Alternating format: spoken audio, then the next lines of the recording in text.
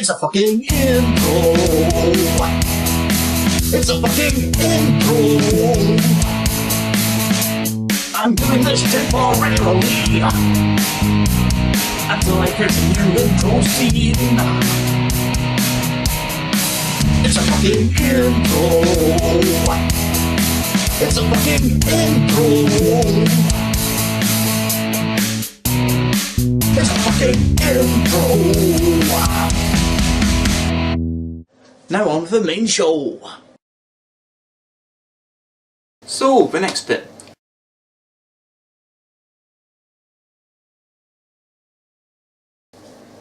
Sasuke woman, or sexy woman as it's quite often joked about. So Sasuke woman, I presume I'm pronouncing it wrong there. So Eric moves on to the fortress of Sasuke woman, a pre-Incan fortress of the Kilke, probably pronouncing that wrong as well, people, and then used by the Incan people afterwards. Eric moves on to an unknown Sasuke woman that he claims is in the crater on the mountain of half a mile away. He then goes on to ask several questions while describing this wonder. Questions such as, surely carving a block at this block was not leisurely activity for the Incans. Surely it was a much more significant, unknown purpose. As well as imagining what human hands could have excavated, transported and dressed the block. And my favourite from this, what power could have overturned it? Now I'll not keep you in suspense any longer, folks. So here's the description he gives and a picture of this unknown Sasuke woman that Eric goes on about. It's a single block of stone the size of a 4-story house. It has been impeccably dressed in the most craftsman-like way. It has steps and ramps and is adorned with spirals and holes. The puzzle is worse as the block stands on its head. So the steps run downwards from the roof. The holes point in different directions like the indentations of a grenade. Strange depressions, shaped rather like chairs, seem to hang floating like in space. So as you can see from the description, it's nothing like the rock you can see that looks in that picture. There are carvings there and you can see steps, but certainly not a block that has been turned on its head. A bit like from Eric's description is the steps start from the top up. Steps are a two-way street, people. What's unusual about steps that lead down, when all steps lead downwards anyway? Does he mean they are carved from the top downwards? Again, I don't see how that would require technical abilities out with human knowledge or scope. Also, how can the depressions in a rock hang exactly? They're depressions. How does that work? So let's move on to Eric's description of how it was made. Yep, that's right. Eric doesn't explain it. Instead, he ridicules an understood explanation of glacial formation. He recants a tale of how a visitor being told by the rocky outcrop was formed by glaciation. According to Eric, glaciers flow like every flowing mass and would logically flow down one side. He also states that the property of matter is unlikely to have changed over time, just at the point where vitrification happens. In any case, according to Eric, it can scarcely be assumed that the glacier flowed down in 6 different directions of an area of 18,000 yards. Well, to anyone who's taken geography in high school, this would be easily dismissed as rubbish, because no doubt glaciation was discussed in your geography class. Or geology if you have a separate geology class from your geography in high school.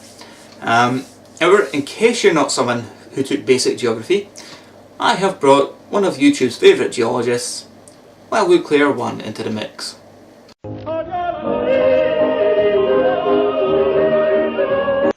Well, would you look at that? It's Eric von Daniken. I had no idea he was still around. I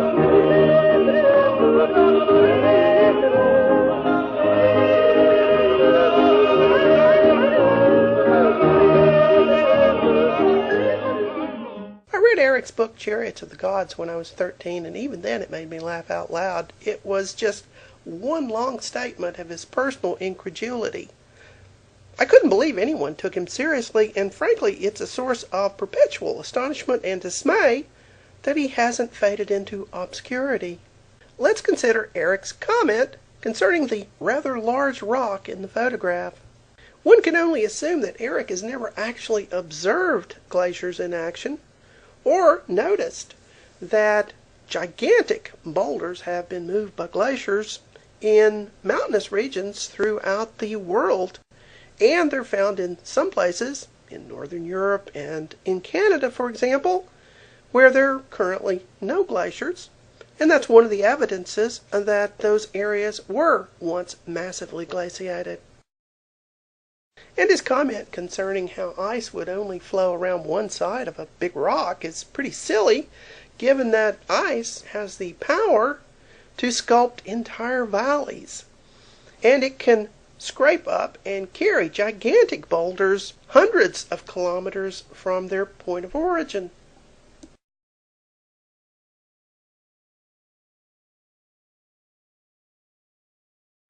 So then Eric makes the claim that sand vitrifications have been found in the Gobi Desert and the old Iraqi archaeology sites, and then asks why no one can explain how these vitrifications are the same as the ones in the Nevada desert from the atomic tests.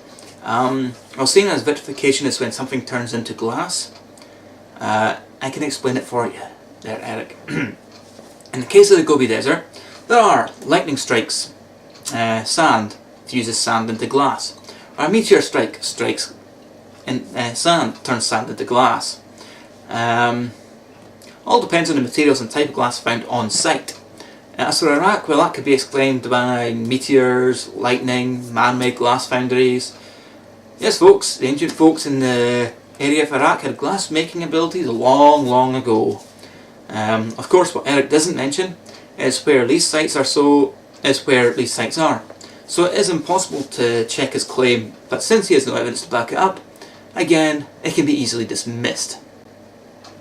And he asks when will something decisive be done to give a convincing answer to these prehistoric puzzles. I'd like to know what can be prehistory. It's always a phrase that's confused me. How can something be before history, considering that history deals with the past? It's a phrase that's always confused me when we're talking about prehistoric man and such like. Do they mean before history was started recorded? Well, that's a case that's been resolved nowadays, but anyway, that's a different matter. So, how can he convincingly answer these prehistoric puzzles, despite the fact that the Incans started in 1200 AD, died out in, say, the 16th century, maybe later 17th century. The Nazca finished by 800 AD, they're not prehistoric. Don't know. By any means of the term, but never mind, let's carry on. He also again makes claims as to how at Tijuana there are artificial hills, with summits that are absolutely flat over an area of 4,738 yards. Well folks, I looked on Google Maps, and thanks to the satellite images, there are hills above the site but they're not flat. Not by a long shot, as again by satellite image, it clearly shows ridges. I also have no idea how you can call them artificial, as they look perfectly natural to me, and he gives no examples of how they're artificial, he just claims they are.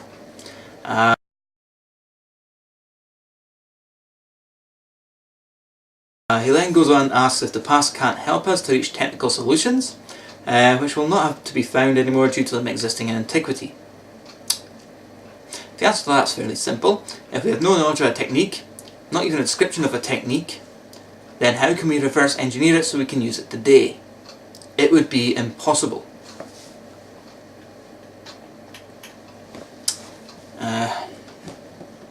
Whereas what he's arguing for is if something existed in antiquity, then we can use that knowledge today, but how can we do that without that description? Simple as that. And then it comes into more hyperbole, stating that if the urge to discover our past is not sufficient incentive to get modern intensive research work in motion, perhaps a slide rule could be usefully employed. With that statement, he's basically saying that archaeologists and scholars don't really care about searching and finding out how the various cultures of their past lives about how they worked, etc., unless they're looking for ancient aliens, in which case, motivated. Yeah. Then he states that so far at all events, no scientist has been asked to use the most modern apparatus to investigate radiation at Tijuana, Sacsayhuaman, the legendary Sodom, or in the Gobi Desert. The main problem with this one is that we need to find out find the twin cities of Sodom and Gomorrah to investigate them. It doesn't state where in the Gobi Desert there is radioactivity for us to test, and seeing this is a big place, we kind of need that detail. How does he know there's any radioactivity at the 2 South American sites? Do they glow green at night? Or is he talking about his arse as normal? I'd go with talking about his arse in this scenario, as he never mentions using any equipment to measure it himself. Radioactivity thing is simply another ploy to get reader doubting scholars and archaeologists.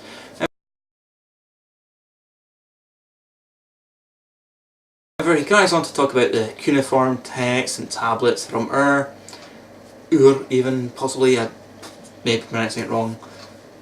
Cuneiform, though I'm familiar with it, is probably one of the oldest styles of writing.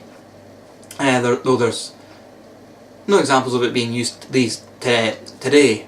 Talking about gods riding ships in the sky, like gods coming from the stars, possessing terrifying weapons and returning to whence they came. That's what he states is in these cuneiform texts. The problem for Eric is that it's utter bullshit. The Sumerian religion doesn't mention any ships that the gods flew on, that I can find any reference of, and certainly doesn't mention them using terrifying weapons then fucking off.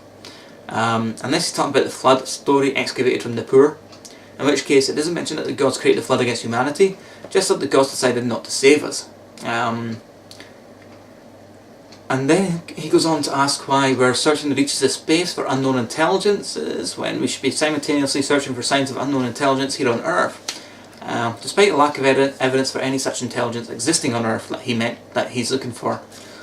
He finishes the paragraph with a statement about us groping in the dark room when all evidence for unknown intelligence is there for all to plainly see. Sadly, I have to say that Eric's intelligence in this case really is unknown, and I don't think we'll ever see a trace of it unless it comes to fraud. Something he's so good at, he was caught twice and charged twice for it. So, on to the next thing. Sumeria. He really starts to make things up about the Sumerians about now. According to Eric, the Sumerians started to record their glorious history some 2,000 years before our era. This would mean that according to Eric, our era started around 900 BC, since the earliest written records are dated to 2900 BC. What is this era that Eric talks about? No fucking idea. Pretty big fucking era to last 30 centuries, unless he means geological era, in which case, no, just no. Our last geological era start was 66 million years ago, and we are still in a Cenozoic era. He then claims that we don't know where the Sumerian people came to from this day, but they had a superior culture that they forced on the semi-barbaric tribes of the Semites. Well folks, I can tell you that the Sumerians most likely came from Assyria originally, and settled in what is now modern day Iraq. As for forcing their culture on semi-barbaric Semites, that's a half-truth. For Sumerian people had been trading with the Semitic tribes for a few centuries before a Sumerian king felt like expanding his kingdom. On top of that, the Semitic peoples of Acadia, they fought back whenever one of the city-states pushed too far. Eventually Acadia would become the more powerful empire, and they fell on the wayside again, but they became more powerful and took over the Sumerians for a point. He then goes on to say that the Sumerians always looked for their gods in the mountains, and when they couldn't be found they would create artificial mountains on the plains. Again, this is bullshit and there's no evidence for any of this. And then comes the funniest claim from Eric as far as I'm concerned. He states that the Sumerian astronomy team was incredibly developed. Their observatories observed achieved estimates of rotation of the moon, which differ from today's results by 0.4 of a second. Now, I say it's the funniest, but that's when I wrote the script at that point in time. There's funnier claims later on. While the ancient Sumerians were the first to create constellations from stars and were the first of aware of the 5 planets visible to the naked eye, there is nothing I can find on them working out the moon's rotation. The Sumerians weren't even the first to keep track of the moon lunar phases. That was the Semitic Babylonians. However, they lacked any geometrical and physical data, meaning they were unable to predict lunar eclipses. The full honour of working out a full theory of motion and mechanics of the moon goes to Sir Isaac Newton. Those Sumerians believed that the universe was a closed dome surrounded by a primordial saltwater sea underneath the terrestrial Earth, which formed the base of a dome existing an underworld and freshwater ocean called Apsu. Probably mispronounced that as well. Get used to that. They also believed that the Earth was a flat disk. Surely if they had extraterrestrial knowledge, as Eric keeps insinuating, then they know that this was false. That the world was a sphere, slightly elongated, and there was no dome. He then goes on to talk about how on a hill near Nineveh, a calculation was found which in modern equivalents equal to 195,955,200,000,000. You know, a big fucking number. A 16-digit number, right? Whatever comes after trillion. He proclaims that this is amazing, as ancient Greeks at their height never rose above 10,000. This is again, I suspect, bullshit. I can find nothing about this calculation at Nineveh, and the highest number that could be reached by conventional Greek numbers was 100 million, not 10,000. Also, while the Sumerians did give us algebra and arithmetic, there hasn't been any calculation to that amount found that I can find mentioned at all. And believe me, I spent a couple of nights looking for this. This is why this has taken so long. I've done a lot of research into this. Not I'm going to say it's alright, but I've done a lot of research. Again, I must recite some Columbo here, with just one more question. How is it that Eric can never tell which Mesopotamian culture is Sumerian? The city of Nineveh belonged to the Semitic Assyrians. The moon thing was the Babylonians, who were once again Semitic.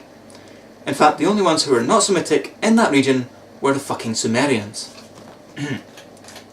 So, Sumerian kings. It's an hour moment for Eric.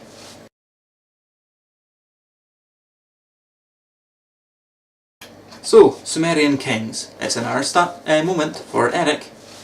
Now, to get to Eric's really crazy stuff, and this is the funniest moment yet. I must admit, this is the funniest thing in the entire chapter as far as claims from Eric goes. Now, that wasn't written down in my script.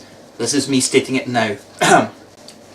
According to Eric, he now claims that the ancient texts of the Sumerians say that the Sumerian kings had a really, really long lives, and that the 10 original Sumerian kings ruled for a total of 456,000 years. Yup, Sumerian kings ruled before modern humans evolved and moved out of Ethiopia, according to Eric.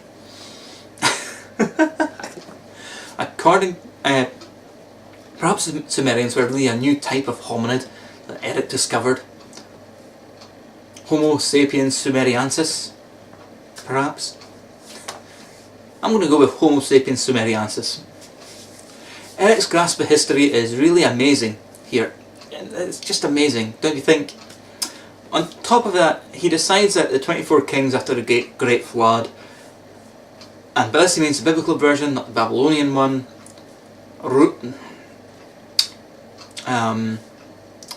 well, no, he doesn't mean the biblical one, sorry, he means the Babylonian one. Got that wrong way around there when I wrote this. According to the Babylonian one, ruled for 24,510 years, 3 months and 3.5 days. A pretty damn specific time there, Eric. Almost impossibly so, like you made it up. Especially the Sumerian city-states, each had a king to themselves.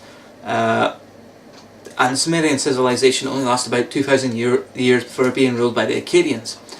Again, another thing you'll note is Eric attributes the original 10 kings, and indeed Sumerians, at living together, living longer than even modern humans today, almost to the point of 45,600 years on average. So each king lived for 45,600 years, and then suddenly the Great Flood happens and they can only live for roughly 1,000 years each, on average. What exactly was it about this flood that stopped such a long life? Why is it not mentioned by contemporary civilizations like the Babylonians and Assyrians that the Sumerians can live this long? The answer? Pulled out of his arse. And then goes on to say that these periods are quite incomprehensible to our way of thinking. Only that it's not hard to comprehend someone living that long. I just don't accept it due to lack of evidence. What evidence does Eric give for this? The only thing I can find that he thinks is going to give evidence and the only thing that he states as evidence is the list of Sumerian kings. Yep, that's it. We found a list of Sumerian kings, so they must have had a civilization in lengthy years because list. Never mind that the list of kings found hasn't had any antediluvian kings confirmed to exist in any way, shape or form. It's suspected that these kings are mythical with no basis in reality, or early kings that have been made into myths. There is no archaeological evidence to corroborate the list. Then he states that the historical records are looked through with blinkered bias eyes, and asks that we'd see the world and history with modern, fresh and blinkered eyes, if only we'd accept his premise. Well folks, here's his premise. Are you ready?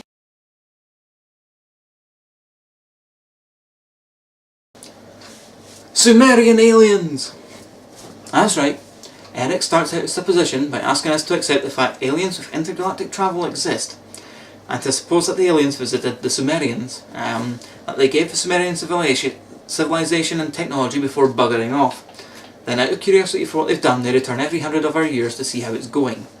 Then Eric gives some bafflegab about the theory of relativity and how the aliens would only have aged a short time, as it would seem to us.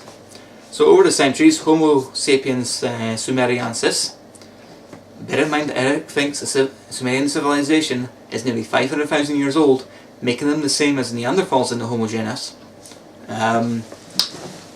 built homes, towers and pyramids. After hundreds of years, the aliens eventually return. Wait a moment. Hold on a second. Just a short while ago, Eric was saying that aliens returned every terrestrial century, and now Eric just stated that aliens returned after hundreds of years, not every century. Can you not keep your made up bullshit straight, Eric? Within the fucking space of a couple of paragraphs. So, he then quotes from the list of Sumerian kings. And then came the flood, and after the flood, kingship came down from heaven again. Except that it's not the actual quote. What he's doing is quote mining. The true quote is, after the flood had swept over and the kingship had descended from heaven, the kingship was in Kish. Not that it matters, as this quote is from an unverified period of kings previously mentioned, the mythical ones. That's where it comes from. So what has this quote to do with anything in this supposition? Nothing. It just ends there. The entire supposition has no conclusion. All waste of my time and yours. Bet you're happy about that. I sure know I am.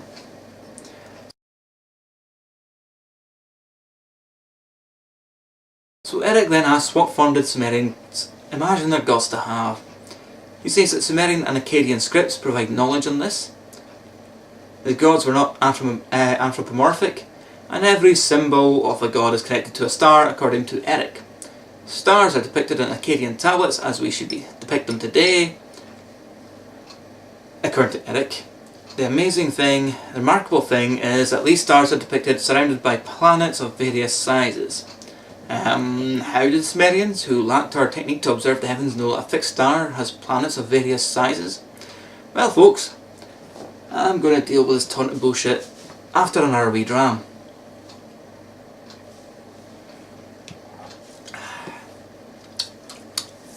Sumerian religion did have anthropomorphic gods, and I can't find anything on the Sumerian deities being linked to stars of any sort.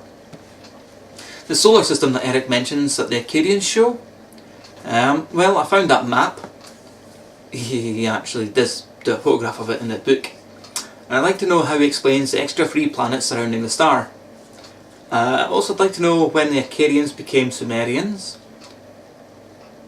and also can he explain how this reconciles with Sumerian belief that the earth is flat and surrounded by water. However, we move on from that, as Eric proclaims that there are pictures of people with stars on their heads and riding balls with wings as if that's significant to anything. I mean, I could draw that and it doesn't make it significant to anything. There are ancient drawings depicting centaurs and fawns. It doesn't mean they existed. Though according to Eric, in his next book, they did exist.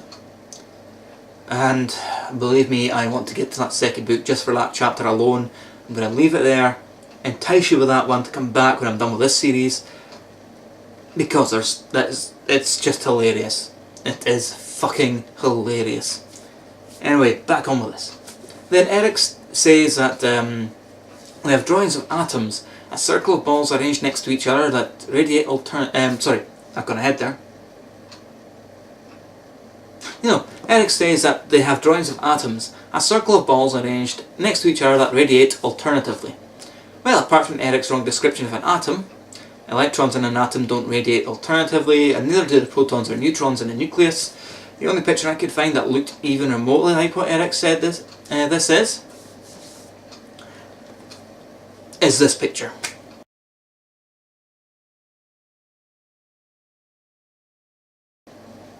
See, looks nothing like a drawing of sulfur atom, like a drawing of a sulfur atom. I can tell it would be sulfur because the amount of balls it has that radiate in the centre. This is what a sulfur diagram looks like.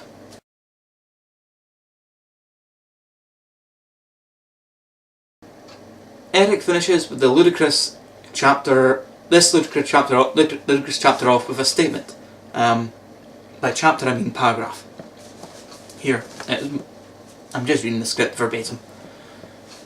If we look at the legacy of the Sumerians with space eyes, it teems with questions and enigmas, besides which terrors of the deep and wonders of the heavens pale into insignificance.